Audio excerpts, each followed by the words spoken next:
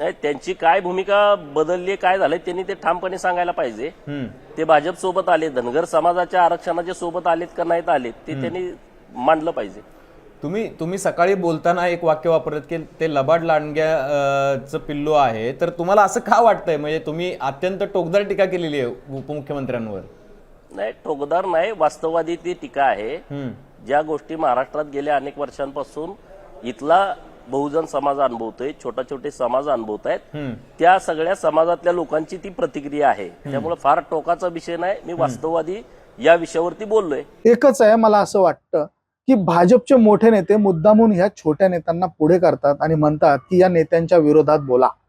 पवार साहेबांबद्दल बोलले आम्ही समजू शकतो, पण तुम्ही अजितदादांबद्दल बोलता, हे भाजपचं राजकारण आहे असं म्हणत राष्ट्रवादीचे आमदार रोहित पवार यांनी गोपीचंद पडळकर यांच्यावर वक्तव्यावरून भाजपवर निशाणा साधलेला आहे.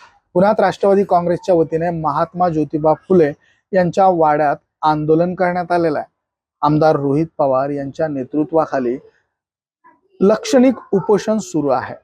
सरकारी कर्मचारी भरती टाळून त्या जागी कंत्राटी भरती करण्याचं धोरण सरकारने अवलंबलेलं आहे. जे काही सरकार भरती होत आहे त्यातही प्रचंड असा गैरव्यवहार होतोय. परीक्षा फीच्या माध्यमातून सरकार विद्यार्थ्यांना लुबाडून आपली तिजोरी भरतंय आणि या विरोधात ही निषेध व्यक्त करण्यात येतोय, आंदोलन करण्यात येतात. यावेळी रोहित पवारांनी पडळकरांच्या वक्तव्यावर प्रतिक्रिया दिली आहे. स्पर्धा परीक्षेच्या बाबतीत सुद्धा जेव्हा त्यांचं सरकार नव्हतं तिथं जाऊन ते रस्त्यावर झोपले.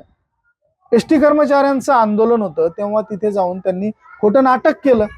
त्याचबरोबर धनगर आरक्षणाचा विषय जेव्हा त्यांचं सरकार नसतं त्यावेळेस घासा कोरडेपर्यंत ते ओरडतात, तिथे आंदोलनात बोलतात. आता त्यांची सत्ता आली तर ते शांत बसतात. मला असं वाटतं की भाजपचे मोठे नेते मुद्दामून ह्या छोट्या नेत्यांना पुढे करतात आणि म्हणतात की या नेत्यांच्या विरोधात बोलायला तुम्ही तयार व्हा, शरद पवारांच्या विरोधात बोला. शरद पवारांच्या विरोधात बोलले तर आम्ही समजू शकतो, पण तुम्ही अजितदादांबद्दल बोलतात, हे भाजपचे राजकारण आहे अशी टीका यावेळेस रोहित पवार यांनी